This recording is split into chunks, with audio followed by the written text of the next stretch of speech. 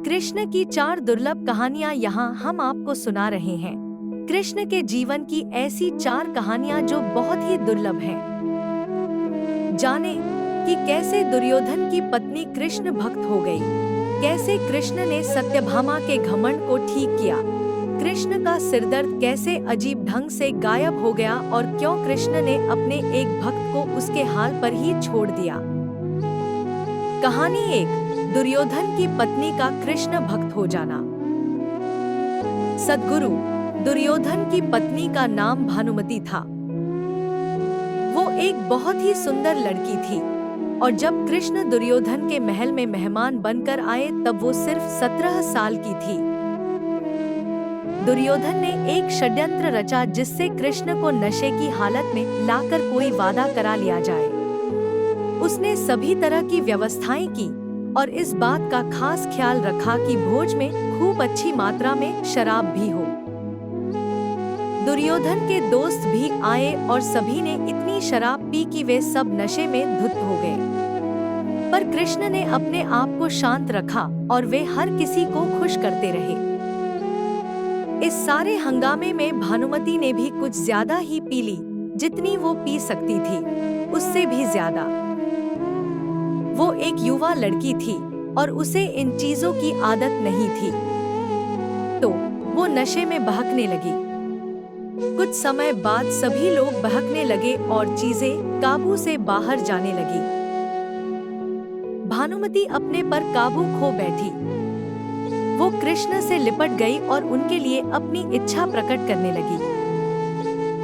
कृष्ण ने उसे किसी शिशु की तरह संभाला और वे समझ गए थे कि स्थिति खराब हो चुकी थी। वे समझ गए थे कि भानुमति अगर कुछ गलत कर बैठी तो बाद में संभाल नहीं पाएगी और हस्तिनापुर की रानी का गौरव कलंकित हो जाएगा। इसलिए कृष्ण उसको उठाकर महल के अंदर ले गए और उसकी सास गांधारी के कक्ष में जाकर उनके हवाले कर दिया। अगले दिन सुबह जब भानुमति को पता चला तो वो कृष्ण के प्रति सम्मान और कृतज्ञता से भर गई कि उन्होंने उसे बचा लिया था। तब से वो कृष्ण की भक्त बन गई। कहानी 2, कृष्ण की घमंडी पत्नी सद्गुरु। सत्यभामा कृष्ण की दूसरी पत्नी थी।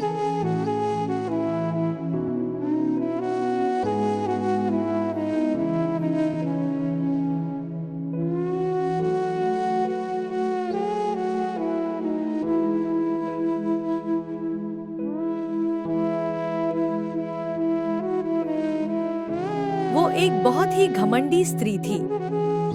उसका ये मानना था कि वो सबसे सुंदर और सबसे अमीर स्त्री थी क्योंकि उसके पिता एक बहुत ही धनवान व्यक्ति थे। तो सत्यभामा जितने और जो रत्न और आभूषण और संपत्ति चाहती थी वो सब उसके पास थे। स्वाभाविक रूप से घमंड उसकी एक बड़ी समस्या थी। एक बार कृष्ण के जन्मदिवस के अवसर पर सत्यभामा ने सोचा कि वो सबको दिखाएगी कि वो कृष्ण को कितना प्यार करती थी। तो उसने तय किया कि वो कृष्ण के वजन जितना सोना शहर के लोगों में बांटेगी। एक बार कृष्ण के जन्मदिवस के अवसर पर सत्यभामा ने सोचा कि वो सबको दिखाएगी कि वो कृष्ण को कितना प्यार करती थी। तो उसने तय किया कि वो कृष्ण के वजन जितना सोना शहर के लोगों में बांटेगी। इसे तुलाभार कहते हैं। ये मंदिरों में होता है। लोग एक बड़ी तराजू में अपने वजन के बराबर का मक्खन, घी या चावल या कुछ और रख कर वो चीज लोगों में बांटते हैं। चावल, नमक, दाल या सोना या वो कुछ भी आप दे सकते हैं जो देना चाहे। ये प्राचीन परंपरा हमारी संस्कृति का एक हिस्सा है। सत्यभामा ने तुलाभार की व्यवस्था की। लोग बहुत प्रभावित हुए पर कृष्ण पर इन बातों का कोई असर नहीं हुआ। वे जाकर तराजू के एक पल्ले पर बैठ गए। सत्यभामा जानती थी कि उनका वजन लगभग कितना है और उसने उतना सोना तैयार ही रखा था। पर जब उसने सब सोना दूसरे पल्ले पर रखा तो कांटा जरा भी नहीं हिला। कृष्ण का पल्ला थोड़ा भी ऊपर नहीं हुआ। ऐसा ही कुछ तब भी हुआ था जब कृष्ण एक शिशु थे। एक राक्षस आकर उन्हें ले जाने लगा। तब कृष्ण ने अपना वजन इतना बढ़ा लिया कि राक्षस वहीं गिर पड़ा और कृष्ण ने उसके ऊपर बैठकर उसे कुचलकर मार डाला। क्रिया योग में एक ऐसा तरीका है जिससे कोई योगी अपना वजन बढ़ा या घटा सकता है। ऐसी बहुत सी कहानियां हैं कि ऐसे योगी भी थे जो पहाड़ की तरह भारी हो जाते थे। तो इस बार भी कृष्ण अपना वजन बढ़ाकर तराजू में बैठ गए। सत्यभामा ने उतना सोना दूसरे पल्ले पर रख दिया था जितना उसके हिसाब से कृष्ण के वजन के बराबर था, पर कुछ हुआ ही नहीं। तब तक शहर के सभी लोग ये घटना देखने के लिए आ गए थे। तब उसने अपने नौकरों से वो सभी गहने मंगवाए जो उसके पास थे। एक के बाद एक वो गहने डालती जा रही थी और सोच रही थी कि काम हो जाएगा, पर कुछ नहीं हुआ। तब उसने वो सब कुछ भी रख दिया जो उसके पास था, पर पल्ला जरा भी नहीं हिला। वो रोने लगी क्योंकि ये सब उसके लिए बहुत शर्मजनक था। सारा शहर देख रहा था और उसके पास पर्याप्त सोना नहीं था। वो जो हमेशा अपनी संपत्ति के बारे में इतनी घमंडी थी, उसके पास पर्याप्त सोना नहीं था और उसे समझ में नहीं आ रहा था कि वो क्या करे।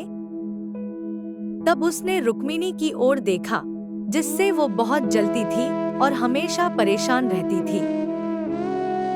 उसने रुक्मिणी से पूछा, अब मैं क्या करूं, क्योंकि ये बात सिर्फ मेरे लिए ही नहीं पर तुम्हारे और हम सब के लिए भी बहुत शर्मजनक है। मैं क्या करूं?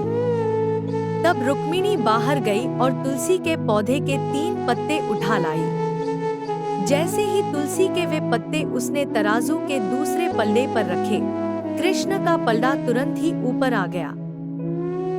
कहानी 3, कृष्ण का अर्धभक्त। सद्गुरु। एक दिन कृष्ण दोपहर में खाना खा रहे थे और सत्यभामा बहुत ही खुशी और गर्व के साथ खाना परोस रही थी, क्योंकि वो ऐसे व्यक्ति नहीं थे जो रोज खाना खाने घर पर आए। उसे ऐसा अवसर कभी कभी ही मिलता था कि वो उन्हें खाना परोसे, तो वो ये बहुत खुशी और आनंद से कर रही थी। खाने के बीच में ही कृष्ण अचानक उठ खड़े हुए और हाथ धोए बिना ही दरवाजे की ओर दौड़ने लगे। सत्यभामा अवाक रह गई और बोली, अरे ये क्या है? खाना तो खा लीजिए और फिर जाइए। कृष्ण बोले, नहीं, मुझे जाना जरूरी है, और मुख्य दरवाजे की ओर दौड़ पड़े। पर अचानक वे वापस मुड़े और खाना खाने बैठ गए।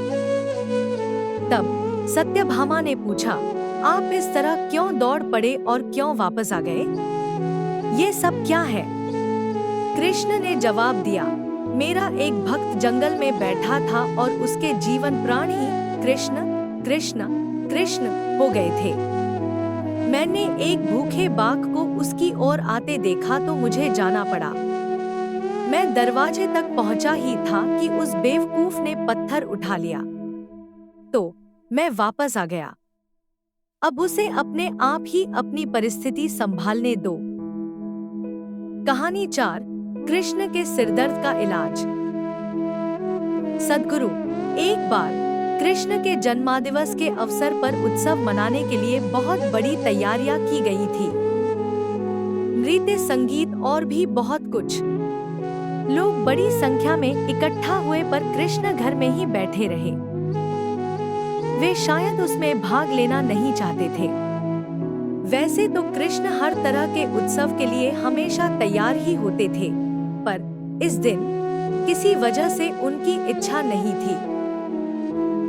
रुक्मिणी आई और पूछने लगी, नाथ, आपको क्या हो गया है? क्या बात है? आप उत्सव में शामिल क्यों नहीं हो रहे? कृष्ण बोले, मुझे सिरदर्द है। हमें नहीं मालूम उनको वास्तव में सिरदर्द था या नहीं। हो सकता है कि वाकई हो, और ये भी संभव था कि वे नाटक कर रहे हों। उनमें वो योग्यता थी। कृष्ण बोले, कोई जो मुझे वाकई में प्यार करता हो, वो अपने पैरों की धूल अगर मेरे सिर पर मल दे तो मैं ठीक हो जाऊंगा। To be continued.